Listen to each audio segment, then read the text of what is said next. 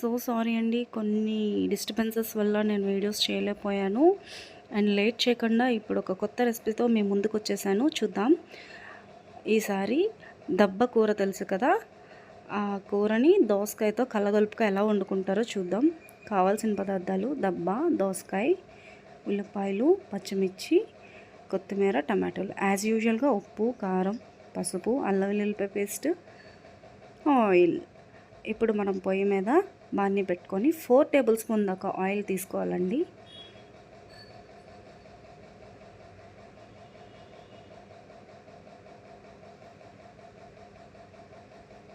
అది బాగా కాగిన తర్వాత పచ్చిమిర్చి, ఆనియన్స్ వేసుకోవాలి.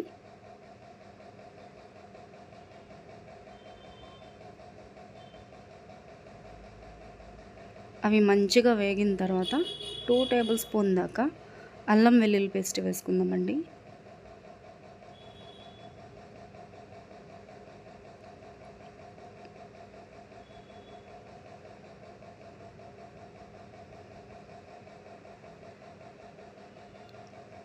ఇప్పుడు దోసకాయ ముక్కలు,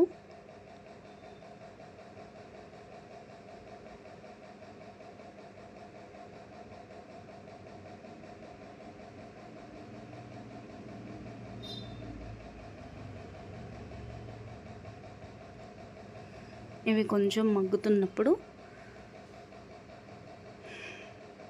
దబ్బ ముక్కలు యాడ్ చేసుకోవాలి.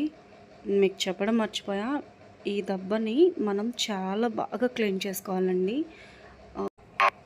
ఒక బౌల్లో ఫుల్గా వాటర్ తీసుకొని దాంట్లో దబ్బ పెట్టి ఒక 10 మినిట్స్ దాకా బాయిల్ చేయాలండి. బాయిల్ చేసిన తర్వాత శుభ్రంగా కడుక్కోవాలి. ఆ తర్వాత పీసెస్ కింద చేసుకోవాలి. ఇప్పుడు అవి బాగా మగ్గాయి కదండి, వాటిలో టమాటోస్ వేసుకుంటున్నా. అంత బాగా క్లీన్ చేసుకున్నాకనే మనం కర్రీ ప్రిపేర్ చేసుకోవాలి. టమాటా ముక్కలు యాడ్ చేసుకున్నాం కదా, అవి కూడా మంచిగా మగ్గేలా చూడాలి. ఇప్పుడు ఉప్పు, పసుపు,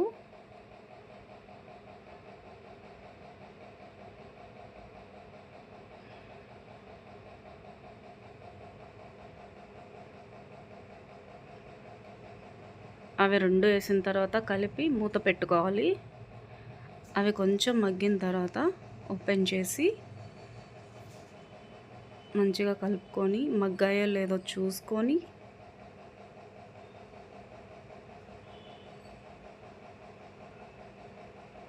ఇప్పుడు మనం కారం యాడ్ చేద్దామండి. బాగా మగ్గాయి. కారం క్వాంటిటీ బట్టి చూసి ఆప్షనల్గా మీరు వేసుకోండి. ఎంత కారం అయితే మీరు తినగలరో అట్లా. నాకైతే 2-3 టేబుల్ స్పూన్ దాకా పట్టింది కారం.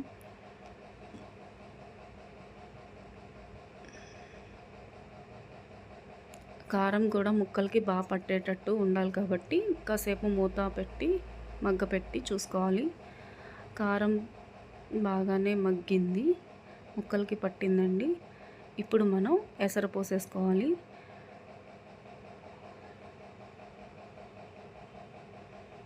ఒక 2 గ్లాసెస్ దాకా వాటర్ పోసుకోవాలి. అసలు గ్లాసెస్ అండ్ క్వాంటిటీ కాకుండా ఏ కూర అయినా సరే కూర కొంచెం లైట్గా మునిగేలాగా పోసుకుంటే అది కరెక్ట్ ఎసరండి.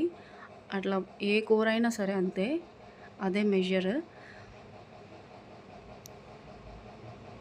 దాన్ని మధ్య మధ్యలో కలుపుకుంటూ చూసుకుంటూ, అంటే అడుగు పట్టకుండా మీడియం ఫ్లేమ్లో చూసుకుంటూ ఉండాలి. మూత పెట్టి ఒక 5 మినిట్స్ అలా వదిలేద్దాం. చూసారా, చాలా దగ్గరగా పడింది కూర. ఇప్పుడు మనం కొత్తిమీర, మసాలా పొడి ఇంట్లో ప్రిపేర్ చేసుకున్నది ఆ రెండు యాడ్ చేసుకొని దింపేసే ముందండి, ఒక 5 మినిట్స్ దించేసే ముందు కూర అలా దగ్గర పడిపోతున్నప్పుడు కొత్తిమీర, మసాలా పొడి యాడ్ చేసుకోవాలి. ఇప్పుడు మళ్ళీ మూత పెట్టేసి ఒక 3 మినిట్స్ 4 మినిట్స్ మగ్గనివ్వాలి. ఎప్పుడైతే ఆయిల్ ఫ్లోట్ అవుతుందో అప్పుడు మనకి సైన్ ఏంటంటే కూర కంప్లీట్ అయిపోయిందని. ఇక కర్రీ అయితే కంప్లీట్ అయిపోయింది, ఆఫ్ చేసేస్తున్నా. ఇప్పుడు సర్వ్ చేసుకుందామండి. చూసారా, ఎమ్మి నాకు ఇష్టం, అసలు యాక్చువల్లీ చాలా ఇష్టం. నేను ప్రెగ్నెంట్గా ఉన్నప్పుడు బాగా తిన్నాను ఈ కర్రీని. చాలా బాగుంటుంది, ఒక్కసారి ట్రై చేయండి మీ ఇంట్లో. అండ్ నా కమెంట్ సెక్షన్లో ఎలా ఉందో చెప్పండి. తింటే మట్టుకి వదిలిపెట్టలేరు, అంత బాగుంటుంది టేస్ట్. అది దోసకాయతో కాంబినేషన్ కదా. థ్యాంక్స్ ఫర్ వాచింగ్ అండి.